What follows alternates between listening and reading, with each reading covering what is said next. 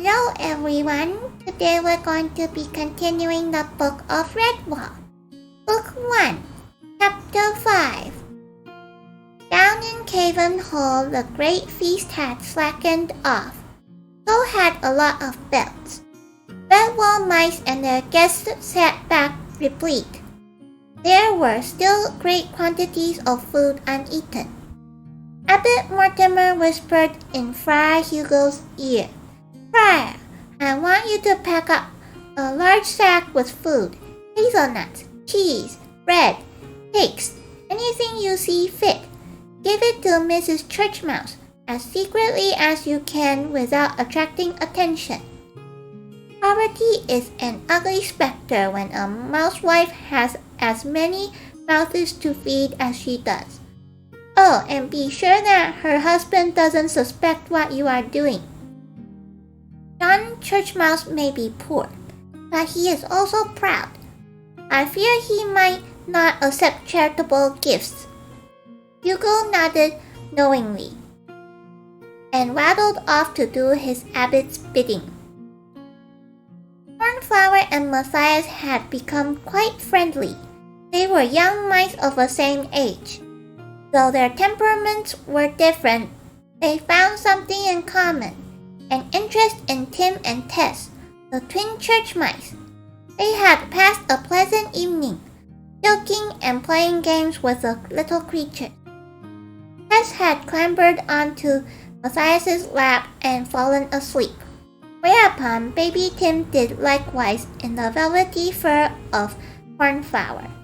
He smiled at Matthias as she stroked Tim's small head. "Ah, bless their little paws. Don't they look peaceful?" Matthias nodded contentedly in agreement.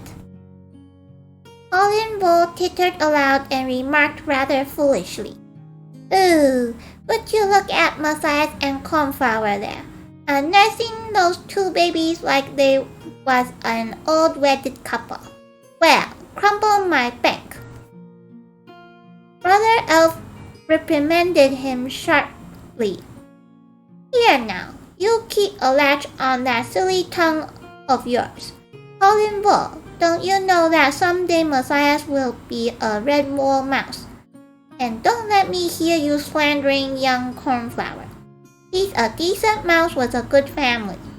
Mark my words, Master Wall. I could say a thing or two to your mum and dad. Only last evening I saw you playing catch the bulrush with that young harvest mouse. What was her name now?" Colin Bull blushed until his nose went dry. He flounced off, swishing his tail, muttering about going outside to take the air. Matthias caught a nod and a glance from the abbot. Excusing himself to Cornflower, he deposited the sleeping Tess gently upon his chair and went across to him. "Ah, Matthias, my son, here you are. Did you enjoy my Jubilee feast?" "Yes, thank you, Father," Matthias replied. "Good, good," chuckled the abbot. "Now I was going to ask Brother Elf or Edmund to go on a special errand, but they are no longer young mice and both look quite weary at this late hour, so I thought I might ask my chief Graylin catcher to carry out this special task for me." Matthias could not help standing a bit taller. "Say the word and I'm your mouse, sir." The abbot leaned forward and spoke confidentially. "Do you see the church mouse family? Well, it's such a long way back home for them on foot. Good heavens, and there are so many of them. I thought it would be a splendid idea if you were to drive them home in the Abbey's cart, along with any others going that way. Constance Badger would pull the cart. Of course, while you could act as guide and bodyguard. Take a good stout staff with you, Matthias." The young mouse needed no second bidding. Drawing himself up to his full height, he saluted in a smart military fashion. Leave it to me, Father Abbot. Old Constance is a bit slow-thinking. I'll take complete responsibility. The abbot shook with silent laughter as he watched Matthias march off with a soldier-like swagger. Flip-flop, flip-flop. He tripped and fell flat on his tail. Oh dear, I'll have to get that young mouse some sandals that aren't so big, the abbot said to himself for the second time that day. Well, what a stroke of luck. Fancy Cornflower's family living so close to the church mouse brood. Matthias was only too glad to offer them a lift home. Would Miss Young Cornflower like to sit next to him? She most certainly would. Cornflower's parents sat inside the car, her mom helping Mrs. Churchmouse with the little ones, while her dad chatted away with John Churchmouse as they shared a pipe of old Bracken Twist. Friar Hugo came out and dumped a bulky sack next to Mrs. Churchmouse. Abbot said to thank you for the loan of bowls and tablecloths, ma'am. The fat friar gave her a huge wink. All comfy back there? Called Matthias. Right, off we go, Constance. The big badger trundled the cart away as they called their good nights. He nodded at Methuselah, the ancient gatekeeper mouse. As the cart rolled out into the road, a sliver of golden moon looked down from a star-pierced summer night. Matthias gazed upwards, feeling as if he were slowly turning with the silent earth. Peace was all about him. The baby mice inside the cart whimpered fitfully in their small secret dreams. Constance ambled slowly along as though she were out on a nighttime stroll pulling no weight at all. The stout ash staff lay forgotten on the footboard. Cornflower dozed against Matthias's shoulder. He could hear the gentle roll of her father's voice and that of John Churchmouse, blending with the hum of nocturnal insects from the meadow and hedges on this balmy summer night. The summer of the late rose. Cornflower turned the words over in her mind, dreamily thinking of the old rambler that bloomed in the Abbey's garden. Normally it was in full red flower by now, but this year, for some unknown reason, it had chosen to flower late. It was covered in dormant young rosebuds even now, well into June, a thing that happened only infrequently and usually heralded an extra long, hot summer. Old Methuselah could only remember 3 other such summers in his long lifetime. Accordingly, he had advised that it be marked on the calendar and in the Abbey's chronicles as the summer of the late rose. Cornflower's head sank lower in sleep. The old cart rolled on gently down the long dusty road. They were now over halfway to the ruined church of St.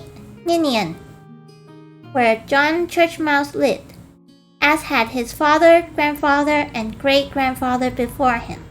Matthias had fallen into a deep slumber. Even Constance was unable to stop her eyelids drooping. She went slower and slower. It was as if the little cart and its occupants were caught in the magic spell of an enchanted summer night. Suddenly, and without warning, they were roused by the thunder of hooves.